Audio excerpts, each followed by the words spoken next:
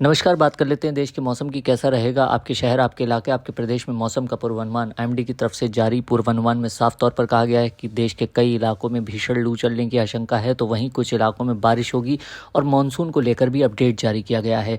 देश के कुछ इलाकों में पिछले कुछ दिनों से लगातार गर्मी पड़ने के बाद हल्की मध्यम बारिश हुई थी, जिससे मौसम सुहाना हो गया।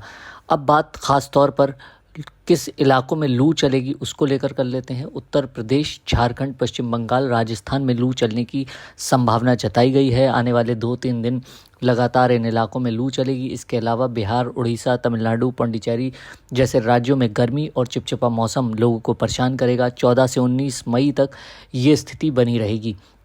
तो वहीं उत्तर पश्चिमी भारत की बात कर लेते हैं। उत्तर भारत में पहाड़ी राज्यों में जैसे जम्मू कश्मीर, लद्दाख, उत्तराखंड, राजस्थान के कुछ हिस्सों में हल्की बारिश हो सकती है। हालांकि यहाँ तापमान जो है कुछ दिनों में 2 से 4 डिग्री सेल्सियस तक बढ़ेगा। इसका मतलब ये है कि इन क्षेत्रों में बारिश और गर्मी दोनों का असर लोगों को देखने को मिल सकता है। मध्य और पूर्व भारत में मिला जुला असर देखने को मिलेगा। मध्य प्रदेश, छत्तीसगढ़, उड़ीसा, बिहार, झारखंड, पश्चिम बंगाल, सिक्किम जैसे राज्यों में गरज चमक के साथ बारिश होने के आसार हैं।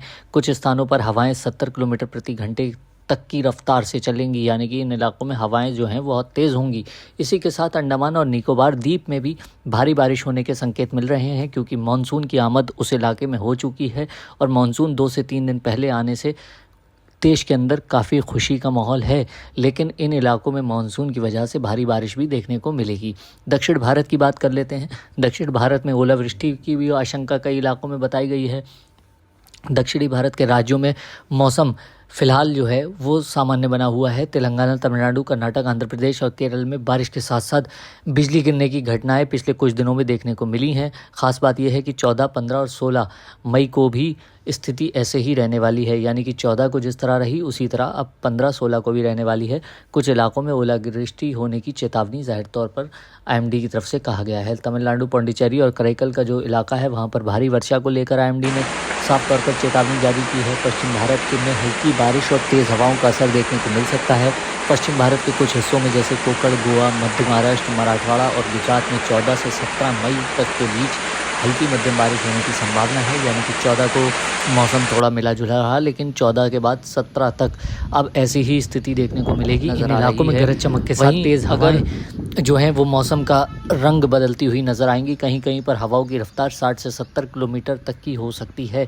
उत्तर पूर्वी भारत में गरज चमक के साथ तेज़ बारिश की आशंका जताई गई है। पूर्वोत्तर राज्यों में जैसे असम, मेघालय, अरुणाचल प्रदेश, नागालैंड, मणिपुर, मिजोरम, त्रिपुरा में अगले 5 दिनों तक गरज चमक के साथ बारिश की संभावना है। 14 मई को मेघालय में भारी बारिश की आशंका साफ तौर पर दिख रही है, जबकि असम, अरुणाचल प्रदेश में तेज़ हवाओं के साथ मौसम का रौद्र रूप भी देखने को मिल सकता है।